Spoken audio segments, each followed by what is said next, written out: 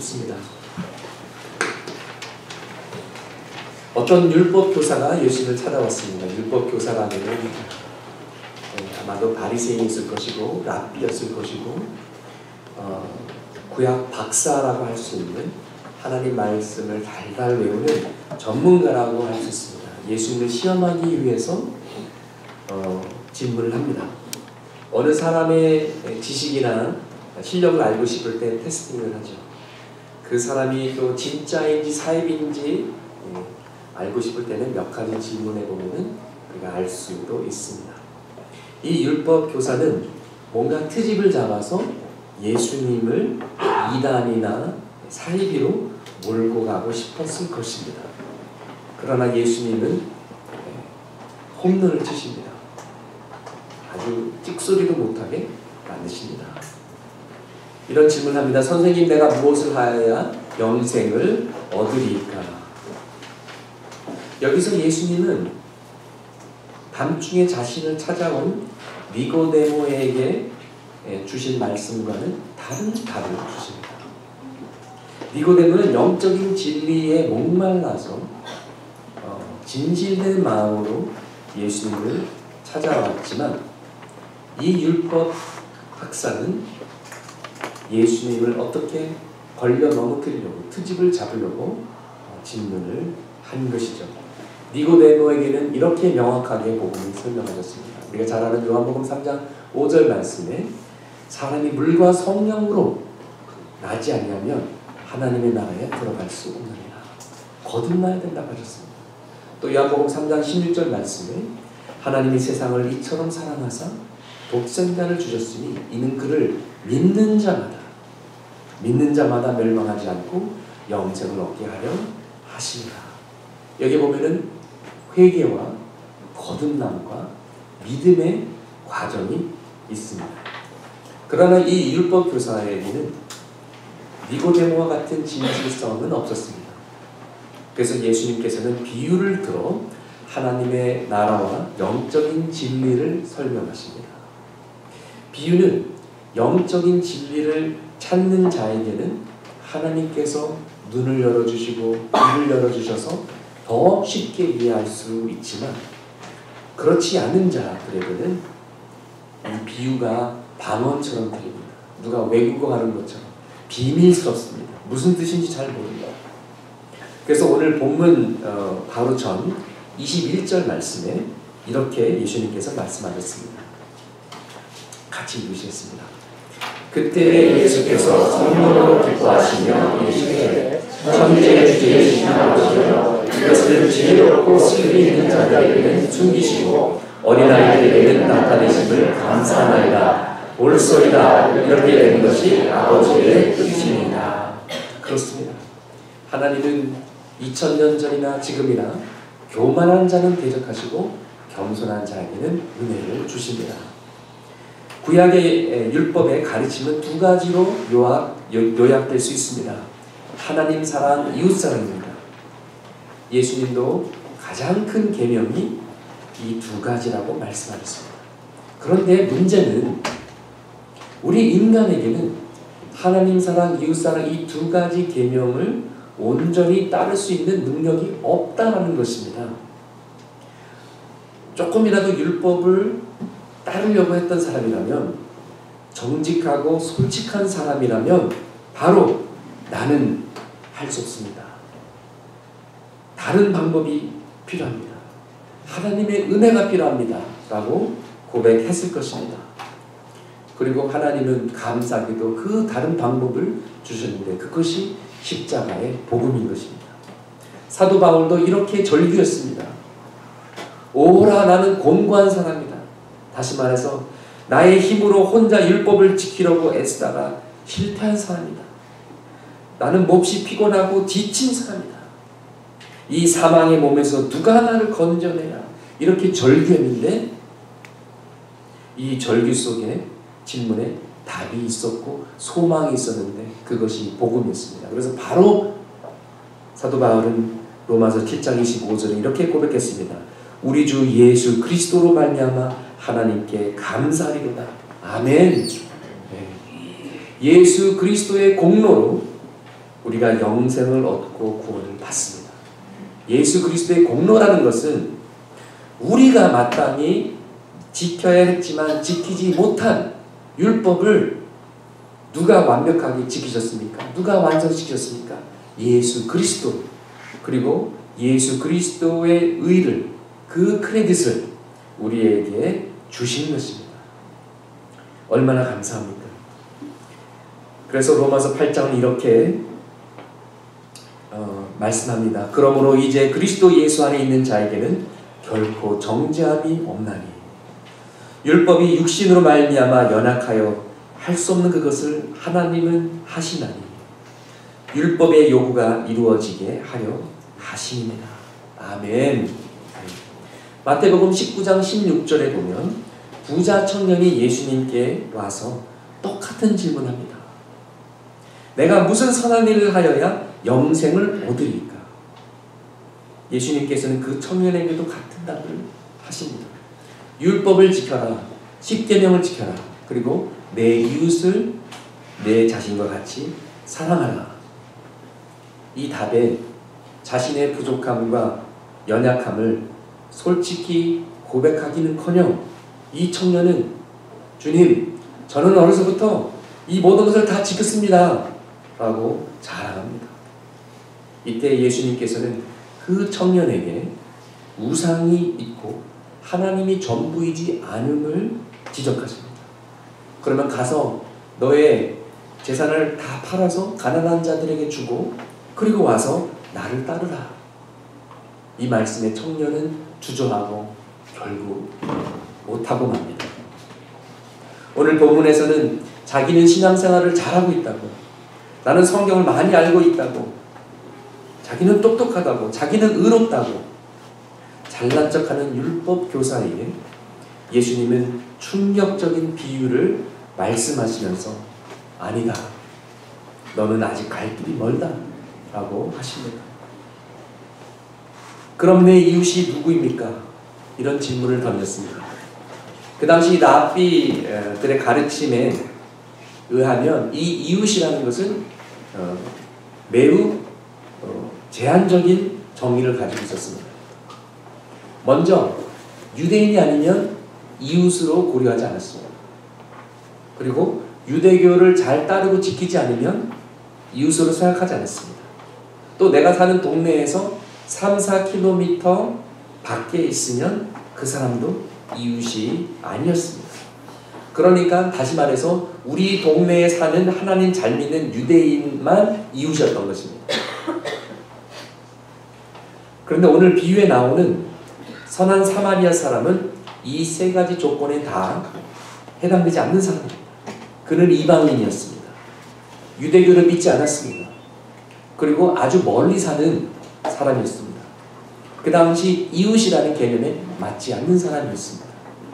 그러나 사마리아 사람만이 강도 만난 사람에게 진정한 이웃이 되어주었습니다.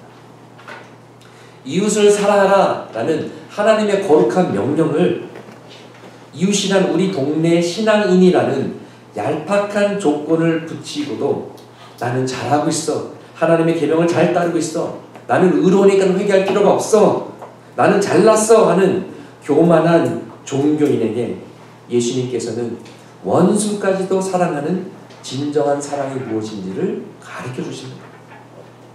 그때 유대인들은 사마리아인들을 싫어하는 정도가 아니었습니다. 완전히 원수지간이었습니다. 적대 관계였습니다. 그래서 이 비유에는 하나님의 충격적인 사랑, 앞으로 십자가에서 예수님께서 직접 보여주실 아가페 사랑이 담겨져 있습니다. 아니면 그 아가페 사랑이 아니면 원수까지 용서하고 품어줄 수 없기 때문입니다. 여기서 핵심적인 질문은 나의 이웃이 누구입니까가 아니라 내가 누구의 이웃이 되어야 합니까? 입니다. 여러분이 강도를 만나 돈과 옷을 빼앗기고 두들겨 맞아서 죽을 지경이 되면 어떤 이웃을 만나고 싶으십니까? 하나님의 성전에서 섬기는 거룩한 제사장? 그런데 제사장은 죽은 시체를 만지면 부정하게 되니까 이 사람을 도와주면은 시간이 늦어서 예배 늦으니까 저 멀리 돌아서 갑니다. 아이고 교회 늦겠다 그러고 붕 가버립니다. 무엇이 하나님을 섬기는 것인지 깨닫지 못하는 율법주의에 꽁꽁 묶인 종교인의 모습입니다. 레위인도 별 다르지 않습니다. 레위인은 하나님만 섬기고 말씀만 연구하면서 살라고 해서 하나님께서 일부러 다른 직업을 주지 않았습니다. 땅을 배정하지 않았습니다. 그런데 그렇게 하나님의 말씀만 깊이 파고 공부했음에도 불구하고 이 중요한 시점에서 하나님 말씀대로 따라서 순종하지 않습니다.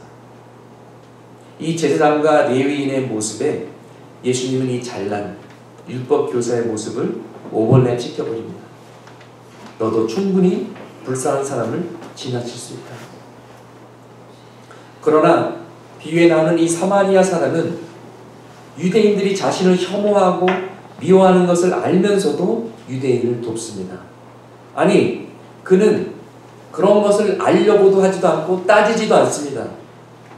피해자의 인종, 종교, 신앙심, 얼마나 교회 열심히 다니는지, 어디 사는지, 주소 이런 것들은 중요하지 않습니다. 단 한 가지, 이 사람이 지금 죽게 생겼는데 어떻게 해서든지 나의 시간, 나의 돈, 나의 노력을 투자해서 이 사람을 살려야겠다 라는 이 미션만이 중요합니다.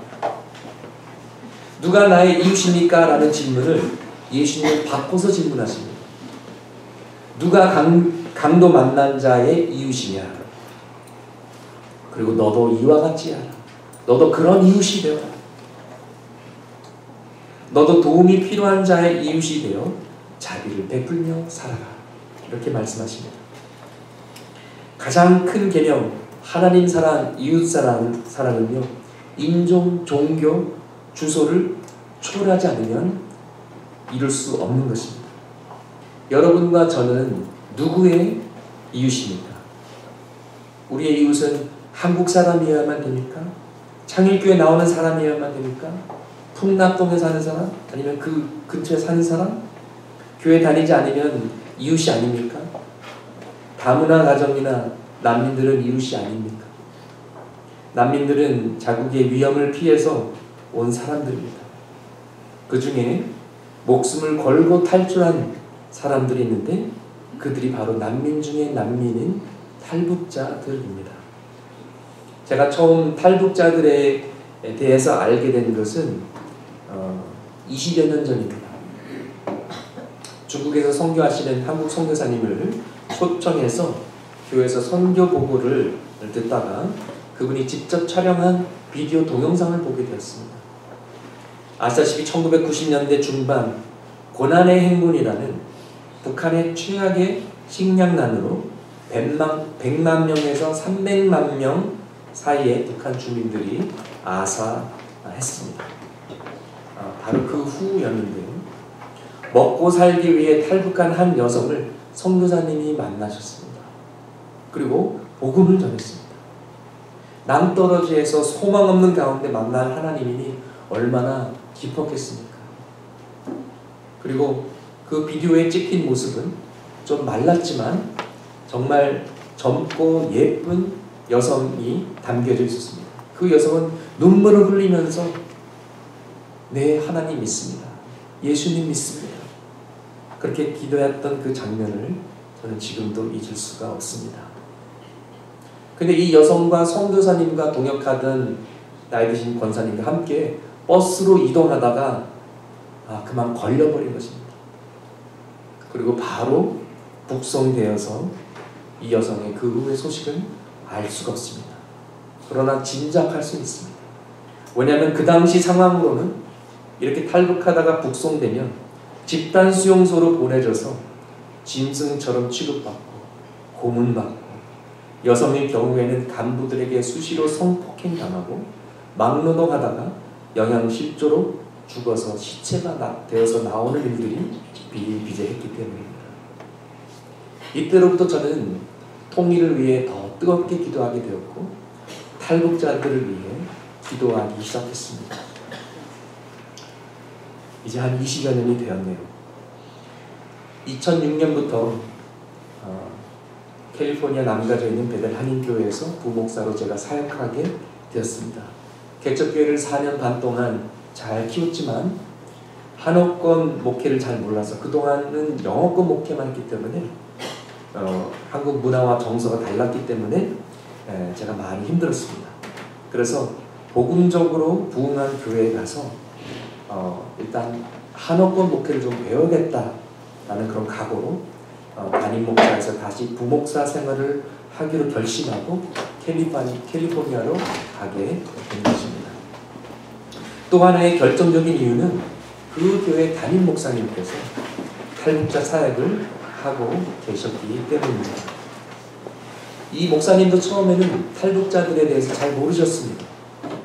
그러던 어느 날 중국 목사님이 오셔서 너희 동족들이 이렇게 죽어가고 있는데 한국교회는 도대체 무엇을 하고 있느냐, 이 말에 충격을 받으셨습니다. 이 중국 목사님은 중국에서 벌어지는 그 상황을 담임 목사님께 말씀을 했습니다.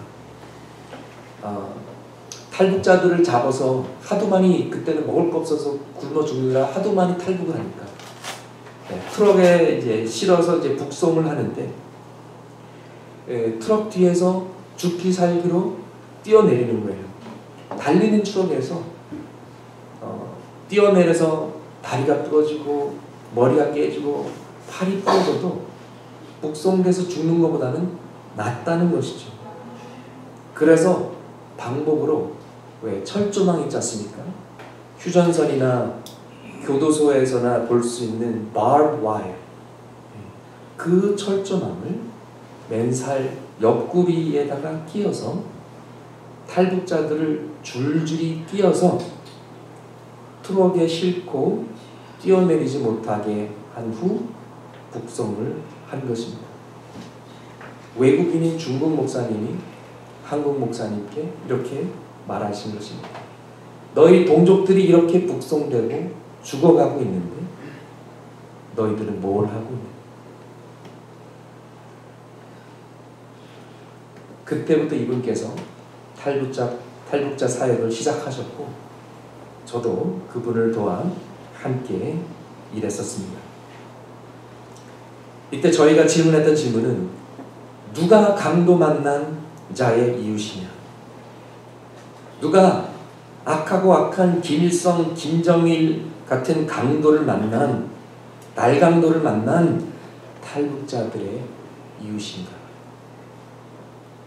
이번에 미국에 다녀오면서 짧은 기간이지만 참 많은 역사가 있었습니다.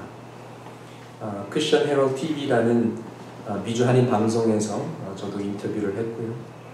CGN TV는 주 감독님만 나가시고 첫 번째로 얼바인 온누리 교회에 가서 다큐 영화 시사회를 가졌습니다. 저희 교회에서도 조만간에 이 다큐 시사회를 가질 계획입니다. 이 다큐는 6.25 전쟁 때 폴란드로 입양되었다가 8년 후에 북한의 요청으로 다시 강제 북송된 북한 고아들의 이야기입니다. 추상미 감독님이 만드셨고 저희 교회 김무정 집사님도 함께 제작에 참여하셨습니다. 저도 영어 자막 번역을 도왔고 편집 과정에서 피드백도 드리면서 함께 중보기도 했던 영화입니다. 이번에 이제 제가 섬기던 베델 한인교회에 연결시켜드려서 그곳에서도 시사회를 가졌습니다. 제가 설교하고 주 감독님이 간증하고 다큐 영화를 상영했습니다. 저희가 4교회를 다녔는데요. 얼바인 온누리교회, 베델 한인교회, 나성용락교회, 선한목자교회 다 똑같은 반응이 있었습니다. 잔잔히 밀려오는 감동 속에 눈물 흘리시는 분들이 많았고요. 또 다음 영화 프로젝트를 위해 후원하고 계시던 분도 많이 있으셨습니다. 특별히 나성영락교회 분들 중에는 나이에 드신 분들이 많았고 그분들은 대부분 북한에서 태어나신 분들이었습니다. 이제 한국도 그렇지만은 나성 영락교회도 담임 목사가 되려면 북한과 뭔가 연결이 없으면 북한 실향민의 손자 이런 거 아니면은 거기는 담임 목사가 될 수가 없습니다. 이분들은 전쟁을 직접 겪으셨고 실향민 생활로 고생하셨던 분들입니다. 북한 출신 분들은 강한 분들이라 잘 우시지 않는데 그분들도 많이 우셨습니다. 특별히 흑백 사진과 흑백 동영상 속에 나오는 모습 속에서 옛날 생각이 나시는지 많이 우시더라고요. 한 분은 나중에 이렇게 말씀하셨습니다. 내래 한평생 울지 않는데 이번에 영화 보면서 좀 울었습니다. 저는 이번에 3가지를 깨닫게 되었습니다. 첫 번째는 한인 디아스포라를 향한 하나님의 선한 계획입니다. 많은 교포들은 한국에서는 교회의 교자도 모르고 이민 갔다가 하나님에게 전혀 관심도 없다가 이민 가서 고생하고 때로는 사업이 망하기도 하고 외롭고 그래서 겸손해지고 낮아지고 심령이 가난해져서 교회를 가서 하나님을 만나는 경우가 많습니다. 또 한국 사람이 그리워서 교회를 갔다가 복음을 듣고 예수 믿고 집사, 권사, 장로된 분도 계시고요. 김치도 먹고 싶고 또 한국말도 듣고 싶고 하고 싶어서 교회 가다가 신앙을 알게 되기도 합니다. 그러다가 더러 성공하기도 하고 자녀들을 아이비리그나 좋은 대학교에 보내기도 합니다. 나름 열심히 일해서 잘 사시는 분들도 많습니다. 그렇지만 과연 그걸로 끝일까요? 여러분, 성공 뒤에는 반드시 허무함이 따라옵니다. 하나님 나라의 비전이 없으면 성공한 인생도 결국 허무한 것입니다. 미주 한인 디아스포라는 미국인도 아니고 한국 사람도 아닙니다. 많이들 본인들이 한국 사람이라고 착각하고 사세요. 그러다가 한국 방문 오면은 나는 한국 사람이 아니구나 라고 깨닫고 실망하고 돌아가시죠.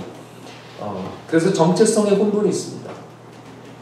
신앙이 있어도 그저 내가 예수님 잘 믿고 교회 잘 섬기고 열심히 사는 것이 다인가? 이런 질문을 합니다. 사명에 대한 목마름이 있습니다. 그분들에게 우리는 도전했습니다. 이제는 통일과 탈북자 사역을 위해 디아스포라 여러분, 교포 여러분들이 일어나야 합니다. 하나님은 북한과 대한민국만이 아니라 디아스포라도 사용하셔서 통일의 역사와 그 후에 있을 열방 선교의 역사를 이루어 나가실 것입니다. 이렇게 말씀드렸더니 와, 그분들의 눈에서 막 레이저가 막 나오는데요. 마치 잠자는 사자를 깨운 것 같은 그런 반응이 있었습니다. 아멘 하고 외치시면서 근데 여러분, 저도 교포 출신이고 디아스포라입니다. 하나님께서 마지막 때에 느헤미야와 에스라 같은 디아스포라들을 일으켜 사용하실 것을 믿습니다. 디아스포라들은 그저 잘 먹고 잘 살려고 이민 간 것이 아닙니다. 바로 이때를 위하여 일어나서 빛을 발하라. 디아스포라들이 하나님 나라의 사명을 재발견하는 그런 일들이 있었습니다. 두 번째 제가 깨달은 것은요, 결국 복음만이 소망이고 복음만이 답이라는 것입니다. 통일이란 그냥 휴전선만 없애고 남북 철도를 잇는 물리적 연결이 아니라 사람들의 연합이요, 마음의 연합이요, 다양성의 인정과 용납인데 하나님의 사랑 없이는 불가능한 것입니다. 그러나 십자가로 유대인과 이방인을 하나로 만드신 예수 그리스도께서 우리 북으로 남으로 갈라진 한민족뿐만 아니라 열방에 흩어진 디아스포라들, 조선족, 고려인, 자이니치 제일동포, 미주 교포들을 포함한 열방의 한인 디아스포라를 하나로 연합시킬 것을 믿습니다. 복음만이 이것을 가능케 할 수 있고 하나님만이 하실 수 있는 것입니다. 이번에 광고를 보고 입소문을 듣고 왜 우리 교회는 안 오느냐, 다음번에는 우리 교회 꼭 와서 시사회를 해달라, 여기저기서 와달라는 연락이 오기 시작했습니다. 이것을 보신 학부모들이 우리 영어권 2세 자녀들에게도 좀 보여줬으면 좋겠다고 말씀하셨습니다. 또 미국 교회를 연결해서 시상을 하면 좋겠다라는 그런 말씀을 하셨습니다. 결국 하나님께서 열방이 이 일을 알게 하시고 열방으로 하여금 통일을 위해 기도하게 하시고 그리고 통일을 이루셔서 왕 되신 하나님께서 홀로 영광 받으실 줄 믿습니다. 복음만이 답입니다. 복음만이 소망입니다. 개인의 소망이자 우리 민족의 소망입니다. 세 번째 제가 깨달은 것은요. 이 북한 문제와 탈북자 문제는 숨겨진 보물이요. 숨겨진 하나님의 축복이라는 것입니다. 마치 아직 깎지 않은 다이아몬드와 같아서 지금은 차라리 석탄이 더 귀하게 보일 수가 있습니다. 아니 지금은 석탄보다도 더 못한 취급을 당하고 있습니다. 그러나 북한 문제, 탈북자 문제로 우리가 우리 힘으로 해결할 수 없는 그 많은 문제들을 해결하게 될 것을 믿습니다. 지금 우리나라는 극심하게 이념 차이, 세대 차이, 빈부 차이로 갈라져 있습니다. 또 고령화, 저출산 문제를 직면하고 있고 또 경제 위기까지도 우리가 우려하고 있습니다. 그러나 이 모든 것들을 북한과 탈북자 문제들이 해결되면서 극복될 것입니다. 여러분 인구 절벽의 문제는 통일되면 바로 해결됩니다. 그래서 탈북자들은 하나님께서 통일의 마중물로 보내주신 숨겨진 축복임을 믿습니다. 우리가 그들을 잘 섬기고 사랑하고 복음의 사역자로 세울 때 통일은 앞으로 위기가 아니라 기회가 될 것이고 재앙이 아니라 축복이 될 것임을 믿습니다. 결국 하나님은 디아스포라와 열방교회와 한국교회를 이으셔서 이 일을 하시고 또 열방 선교를 완성하실 것입니다. 그래서 이 하나님께서 만드시는 이 글로벌 네트워크를 사용하셔서 통일 이후에 열방 선교 네트워크로 사용할 것입니다. 통일은 목적지가 아니라 열방 선교 완성이 목적지입니다. 그리고 통일은 열방 선교로 가는 통로임을 믿습니다. 얼마나 좋겠습니까? 서울에서 KTX 타고 평양 가서 점심을 냉면으로 먹고 중국으로 러시아로 몽골로 가는 그 날을 기대해 봅니다. 부산에서 기차 타고 유럽 가고 터키 가고 예루살렘까지 가는 날을 기대해 봅니다. 여러분 우리는 누구의 이웃입니까? 우리는 과연 탈북자들의 이웃입니까? 북한 주민의 이웃입니까? 육지로 연결된 북한이 우리의 이웃이 아니라면 과연 누가 우리의 이웃입니까?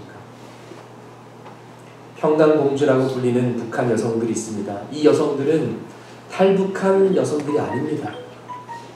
중국에 일하러 갔다가 인신매매 당한 여성들입니다. 한 자매는 평양 출신이고 교사였고 잘나가는 자매였습니다. 고작 21살인데 시집가기 위해서 혼수를 마련하기 위해서 중국에 있는 식당에서 일하면 돈을 많이 벌 수 있다고 속아서 팔려갔습니다. 이런 경우는 대부분 시골로 팔려갑니다. 정상적으로 결혼할 수 없는 장애인이나 노총각이나 심지어 할아버지까지도 시집을 갑니다. 제가 한 사진을 보았습니다. 선교사님이 보여주신 사진이었는데 웬 할아버지와 20대 아가씨와 그 옆에 어린 딸이 서 있었는데 그것이 가족 사진이었습니다. 돈 주고 사왔다고 해서 물건 취급합니다. 때로는 묶어서 가둬놓기도 합니다. 어떤 삼형제와 아버지는 여자가 없어서 북한 여성 한 사람을 구해서 자신들의 욕구를 해결하기도 합니다. 이런 민족의 비극이 지금 이 시간에도 계속되고 있습니다. 지난번에 저희가 모셨던 조선족 신다윗 목사님과 장 선교사님은 이런 평강공주들을 찾아서 때로는 200km, 300km 먼 길을 운전하고 찾아가서 복음을 나누고, 그리고 이 평강공주들끼리 2명, 3명 모여서 성경 공부할 수 있도록 돕고 계십니다. 그리고 여름마다 어렵게 남편들의 허락을 받아서 수양관에 모아놓고 트레스티아스 같은 수련회를 진행합니다. 그리고 그 순서 중에 세족식이 있습니다. 신당의 목사님의 중국 성도들도 세족식은 처음인데 이 평강공주들의 발을 씻으면서 예수님께서 제자들의 발을 씻으신 이 특권을, 우리가 무엇인데 이 특권을 우리가 누리게 하십니다 하면서 발을 씻으면서 울기 시작합니다. 또 이 평강공주들은 집에서 구타당하고 짐승처럼 묶여있고 인간보다도 더 심한 그런 아픔을 겪었는데 내가 무엇이건데 이렇게 나를 공주님처럼 대접해 주십니까? 감격해서 또 퍽 웁니다. 세족식 시간이 완전 눈물바다가 되었다고 선교사님으로부터 들었습니다. 최근 탈북 여성들의 상황은 점점 더 나빠지고 있습니다.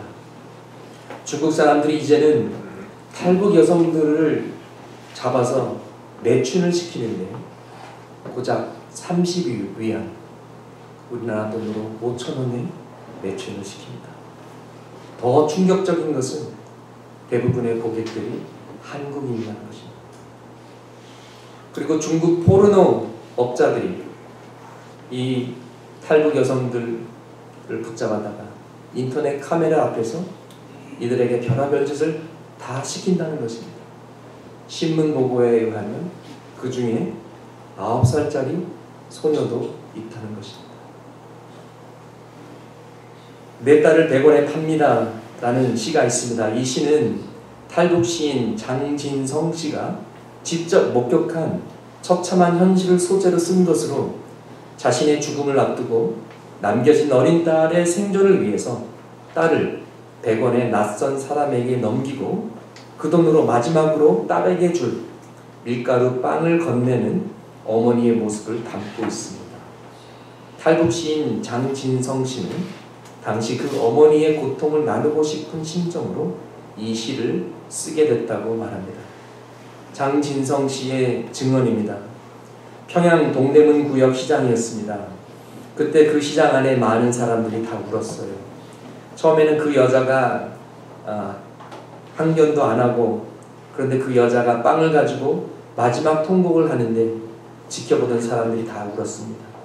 지금도 그때를 생각하면 눈물이 납니다. 내 딸을 100원에 팝니다 시입니다. 그는 초췌했다. 내 딸을 100원에 팝니다. 그 종이를 목에 건 채 어린 딸 옆에 세운 채 시장에 서 있던 그 여인은, 그는 벙어리였다. 팔리는 딸애와 팔고 있는 모성을 보며 사람들이 던지는 저주에도 땅바닥만 내려보던 그 여인. 그는 눈물도 없었다. 제 엄마가 죽을 병에 걸렸다고 고함치며 울음 터치며 딸애가 치마폭에 안길 때도 입술만 파르르 떨고 있던 그 여인. 그는 감사할 줄도 몰랐다. 당신 딸이 아니라 모성애를 산다며 한 군인이 100원을 쥐어주자 그 돈 들고 어디론가 뛰어가던 그 여인은, 그는 어머니였다. 딸을 판 100원으로 밀가루빵 사들고 어둥지둥 달려와 이별하는 딸의 입술에 넣어주며 용서해라 통곡하던 그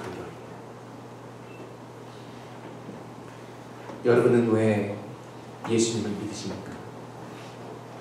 예수 믿고 복 받아서 잘 먹고 잘 살려고 믿으십니까? 그것은 변질된 복음이고 기복신앙이고 신앙의 포장지를 씌운 물질주의, 성공주의의 우상숭배입니다. 가짜입니다. 여러분, 하나님 나라의 복음은 그런 것이 아닙니다. 예수 그리스도를 믿고 죄와 악으로 타락한 이 세상에서 구원받아 하나님 나라의 거룩한 백성이 되는 것입니다. 그리고 내가 구원받음으로 말미암아 나의 식구, 나의 친구, 나의 이웃이 구원받는 것입니다. 그리고 개개인의 구원뿐만 아니라 나의 민족과 나라와 열방까지 구원받는 것이 하나님의 뜻입니다. 구원은 그냥 천국 가는 티켓이 아니라 우리가 거룩한 하나님의 백성이 되어서 이 세상에서 빛과 소금으로 선한 영향력으로 사는 것입니다. 왕 되신 하나님의 통치하심이 나의 삶의 모든 영역에 임하고 사회의 모든 영역에 임하여서 기독교 세계관과 기독교 가치관으로 이 세상을 변화시키는 것입니다. 그래서 정치, 교육, 문화, 예술, 경제 이 땅에 온 영역에 하나님의 뜻이 임하는 것입니다. 여러분, 이것이 진정한 구원입니다. 이것이 하나님 나라의 복음입니다. 여러분은 누구의 이웃입니까? 여러분은 잃어버린 영혼의 이웃이 되시길 바랍니다. 기도가 필요한 영혼의 이웃이 되시길 바랍니다.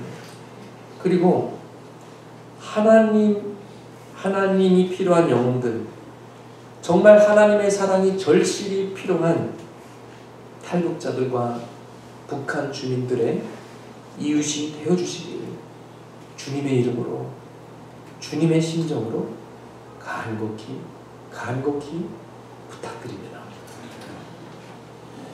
오늘 오후에 이성주 형제의 간증이 있습니다.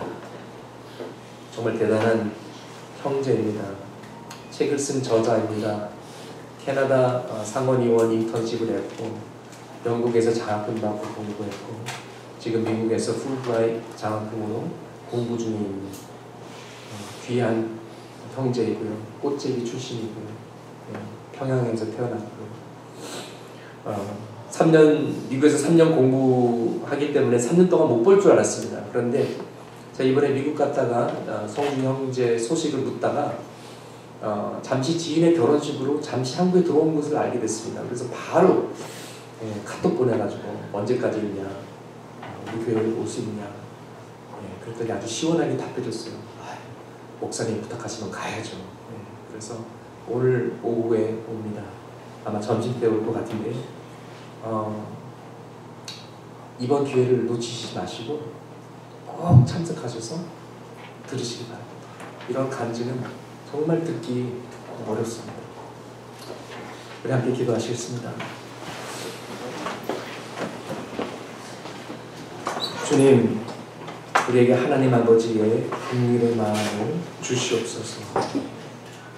복음을 향한 열정이 우리 가족을 향해 흘러가게 하여 주시고 또 그 열정이 열방을 향해 또 북한 형제 자매들을 향해 흘러가게 하옵소서. 십자가의 사랑이 우리 마음을 움직이게 하시고 기도가 필요한 영혼들, 사랑이 필요한 영혼들, 가까이 있던 멀리 있던 우리가 찾아가고 기도하고 섬기게 하여 주십소서. 특별히 북녘 땅을 우리가 잊지 않고 그곳에 2,500만 명의 영혼들이 하나님을 모르고